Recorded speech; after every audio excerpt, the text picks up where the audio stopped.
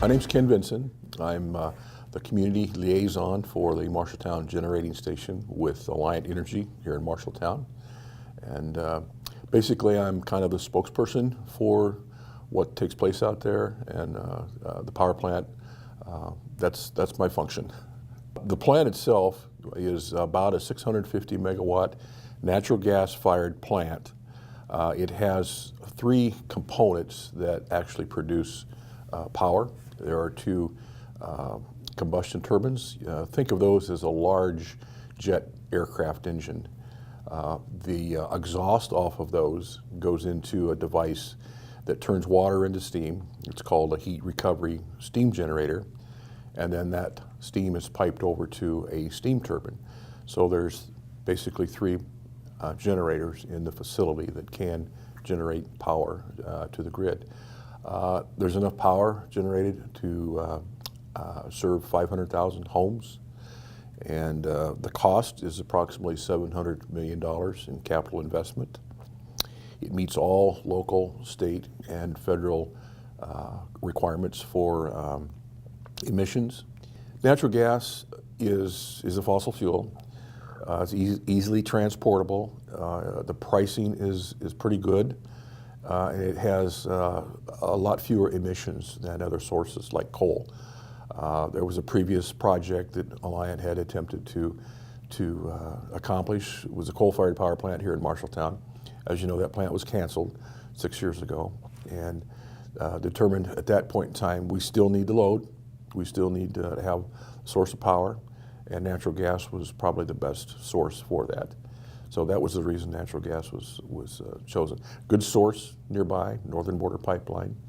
It comes from up in Canada, down through the Dakotas, and it is, I'll tell you where you can see it. There's a place up by Wellsburg, south of Wellsburg. There's a pumping station for Northern Border. And then it cuts diagonally, cuts across the corner of Marshall County into Tama County. If you go east towards Cedar Rapids on Highway 30 and you're by the vineyard, Ernest Vineyard, you can see where the pipeline crosses there. And it ends up going on in towards the Chicago area. One of the things that is interesting, it's going to be a minimum depth of 72 inches. Now that's quite a bit deeper than most are put in. And the soil as they dig, well, I should back up. Most of this, or quite a bit of this, will be directionally bored. If you go underneath the river or underneath roads or certain places that we try to avoid going near wetlands and sensitive areas, but directionally boring gives you that opportunity not to disturb the soil. So a lot of it will be done that way. That which is trenched, the soils will be segregated. Not just topsoil. You take topsoil out, put it on one side. You'll take different layers. There are different strata of the subsoil that could have clay, you could have loam, you could have gravel or sand, whatever it is. You want to segregate that, so you put it back as near as it came out. So I think that's a plus. One of the construction managers who is currently in Korea, he was down in Baton Rouge as they were coating this pipe. It's a special coating they put on it. It's green pipe or green coating. That which is directionally bored has much more coating on it. It's not green, it's a black coating. He went down there to Baton Rouge as they were doing it, and he went down there and he says, I went down there to watch paint dry, so to speak. So, so that's what the pipe is. There are like 27 rail cars. The sections are in excess of 70 feet, the joints of pipe. They also put what they call cathodic protection. Once the pipe is installed, they'll put cathodic protection. It's putting a charge on the pipe, just a minimal charge, and then they bury anodes, or like they're magnesium bars, and then anything that would go in to cause rust would go down through that cathodic protection system, and it won't rust out. It's quite a bit more sensitive to crop damage, to compaction, Two other things. If you look at an aerial photo of older pipelines that crisscross the country, you can see exactly where they are because the crops aren't as good. There are things that just don't, the color isn't just right. Hopefully you won't be able to tell where this one is. Again, the emissions are not as much as you don't have the particulate, and the carbon is at least half of what coal would be. So there's things that are good for saying you want to put in a natural gas-fired plant. This is fed into the electric grid, so the electrons don't care where they go, they just go. So the service territory for Alliant is a lot of central Iowa, some in southwest Iowa, northern Iowa, eastern Iowa, southeast Iowa, even up into southern Minnesota. So geographically, it's pretty much the whole state. I mean, there are other utilities that are in that area as well. But for the most part, it goes into the grid and it just goes out there. These plants are dispatched by a corporation. It's not necessarily controlled by Alliant. The dispatching is when the grid needs power, they ask you to turn it on. If you don't need to be running the plant, you can turn it down. The plant itself is located out near the existing Sutherland generating station. It isn't right next to it, but it is located on the southwest corner of the property, up on a piece of ground that is above the 500-year floodplain. So that's a plus to have it out of the way. The reason Marshalltown was selected, this site, is a lot of good transmission lines coming in and going out of here. There's a good supply of water. The water for this plant will be purchased from the Marshalltown Waterworks, and then any water going back to the sewer goes to the sewer department. No water is coming from the Iowa River, and no water is going back to the Iowa River, so that's a plus. Could be an excess when they're running of 3 million gallons a day. So it is, most of that is water for cooling for that steam turbine. But there is potable water and so forth that the plant will consume as well. So the turbines are manufactured by Siemens, and we call it a HRSG. It's this heat recovery steam generator. Those are being manufactured in Korea by I can't think of their last name, but Neuter is the first part of their name. And currently we have 2 people over there, 2 Alliant people, making a shop visit to inspect the work that they're doing when they construct those pieces of equipment. Most of the equipment, the heavy stuff, the big stuff, and some of it's really, really big, will be brought in by rail. The existing rail that is there, that was used for bringing coal into the Sutherland Station, we retain that. They'll be putting a crane over the rail siding, and then as these pieces of equipment come in, they'll unload them, put the pieces on kind of crawler type trucks that will move up to the site and then hopefully be able to place them right on the foundations as they come in. It's a good fuel supply. We will be building, as another project, a 13.5 mile, 20-inch natural gas pipeline. It'll be located on the northern border pipeline, which is in the northeast corner of Marshall County and Vienna Township, and it'll come down diagonally across country to the east side of the plant. You don't just build a plant, you have to seek and be given regulatory permission. And there are several things that have to take place. The Iowa Utility Board is the governing body in the state of Iowa that gives approval for these kinds of projects. And those the two processes, the 2 major filings, were granted by the Iowa Utility Board. They saw a need for it, and then they also set the rate proceedings that will follow after the plant is up and running. You just can't build one without a DNR approval as well. And a big part of the approval process is the air permit. And that was granted by the DNR, Iowa DNR, back in April of 2014. So those things considered, the plant was granted approval, and the terms were good, so the Alliant Board of Directors decided to go ahead with the plant. The need for the plant, there are quite a few studies that are done, and their projections plugging into models on what you're going to need for generation in the future. And it was determined that this amount of power would be needed about starting in about 2016-17. The plant should be up and running commercially in 2017.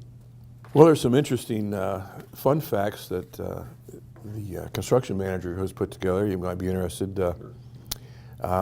27,000 cubic yards of concrete will be used, and that's enough to pave 5.8 miles of highway. 4,000 tons of steel will be used. That's 2,200 cars. I'm not sure what kind of cars those are, but that's a lot of cars. 93,000 linear feet of pipe will be used. This is enough to pipe to connect Marshalltown to Tama. And 1.2 million construction hours will be worked. And if one person works, that's 577 years. So interesting facts. Recently there was a continuous concrete pour. It was 1,000 cubic yards. It was for the foundation of the steam turbine. And it started at 5 a.m. and ended at 2. It just had to continue. It's kind of like when they built the Hoover Dam, they just keep pouring. And that was 100 trucks. They had 3 concrete pumping machines there, and one in spare in case one of the other ones broke down. So it went very well, and they're very pleased with the concrete pour. A lot of work has been done out there. The pilings are all installed. There was over 1,200, almost 1,300 pilings that were installed. They're continuing to do a lot of the rebar work, which will then be poured with concrete, and foundations will be built for all the major pieces of equipment.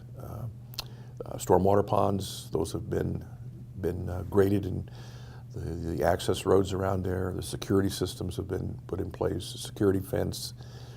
There's just a whole host of things that have been done out there. Circulating water pipe that goes from the plant out to the cooling towers. About half of that project has been completed. This is an intermediate plant. It is not one that runs 24/7. It may be called upon in the future to run more than what the capacity factor is, but it's not a peaker either. Peakers are ones that just come on in that August day when it's 95 degrees and 90% humidity. This one runs more than a peaker plant. There are some peakers. They're out at Sutherland Station. They're currently fuel oil, but they will be converted to natural gas as well. These plants are highly automated. There are a few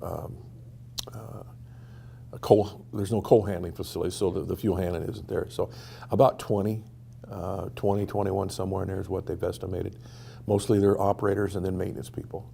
But the fuel handling is not there. So that's what a big part of a coal-fired power plant is the maintenance on those, on that, and operations of the fuel. So about 20 people is what it's designed to be. Alliant does not own any of the wind turbines in the wind farms here in Marshall County.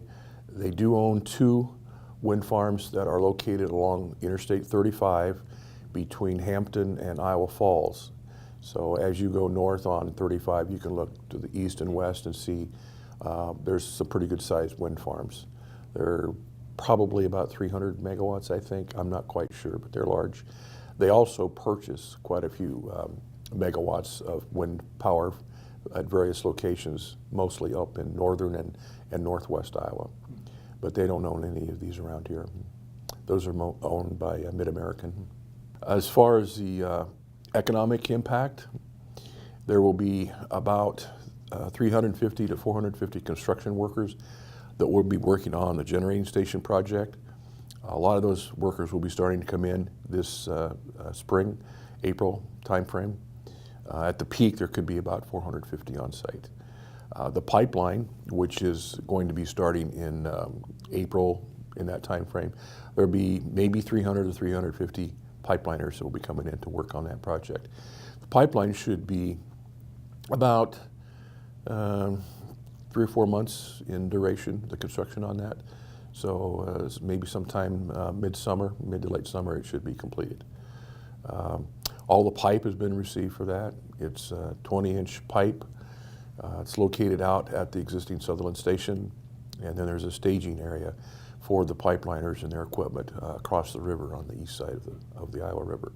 There's about 1.2 million labor hours associated with the MGS, and there are about 150,000 labor hours associated with the pipeline construction.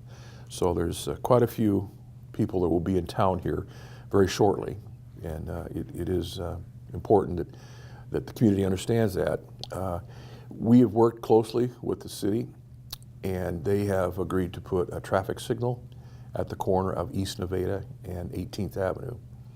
That's the entrance to the MGS construction site, and a lot of traffic early in the morning, a lot of traffic in the afternoon when they get off. So if anything, we would encourage people in town, try to avoid those areas at like 6:30 in the morning and maybe 5:30 in the evening, because there'll be a lot of traffic, and it's going to be tough to get in and off out of that site. I believe they'll start coming in, the majority of them, April-May timeframe. I have a chart. The third quarter of 2016 is when the plant construction should be complete. They'll go through a commissioning process, testing to make sure it's going to operate properly, and then probably sometime the first quarter of 2017, the contractor will be completed with the project and will basically hand over the key to the plant to Alliant. That's the time frame. One thing that I might mention is, as these workers come in, housing is going to be a very, very difficult issue for them. As you know, there was a housing study done by MEDIC and the Chamber of Commerce, and even without this project, housing is extremely difficult to find, rental housing. So if anybody has housing that they would be willing to open up for people that are coming in on the project, it would be nice to know. We could get that information to the contractors, and as the people come in, they could share it with them. A lot of the craft workers, some of them will come in for just a few months, maybe some will be here a year or two. They don't want to buy a house. They don't necessarily want to rent a house. If they have an RV, they would like to be in an RV park. We're extremely short on spaces in RV parks too. And my number is 641-691-7094. And just call me, let me know, and we'll see if we can get some people housed. That's a lot of people. Yeah. Currently there are over 100 people on site. Mostly they're staff people. All the construction trailers, or the vast majority of them, have been installed, so those staff people have a place to reside. But as the craft workers come in, the people will be building the plant, the pipe fitters, the concrete workers, steel workers, electricians. You can name off a number of crafts as they come in. They'll be looking for a place, depending upon where they come from. Now, if they're close by, they might be able to commute, but most of these will probably have to commute a long distance. This has been to this point, about a 2-year or excess of 2-year process. Prior to August of 2002, there was a lot of engineering work that was done, and the announcement was made in August of 2012 that they were going to build here in Marshalltown. After the site evaluations, after the engineering studies had been completed, the site was selected. So it's been a long process. It's not just something that takes a short time to determine. So I might also mention that this is being built under what's called an EPC contract, which means that the contractor who won the bid for construction of the facility is responsible for the engineering, the procurement of material, equipment, and all the parts and so forth, and then the construction. So that's the EPC part of that. You and I, as ratepayers, we should be pleased that it's been done this way, because it keeps the cost down. Alliant has oversight over this, so it's we're not directly responsible for the construction of the plant. We'll take possession when they're done. But the reason it was done is it's felt that that's the best way to get a competitive price from the contractors. I think there were 7 that actually bid on this, and 1 was chosen. Their name is KBR, Kellogg Brown and Root, out of Houston, Texas, and they were the successful bidder, so they're responsible for building the plant, and very good company. Well, they were involved in some of the reconstruction in Iraq and Afghanistan. They're a major construction company worldwide, and they do a lot of different things. They're going to build a pipeline too.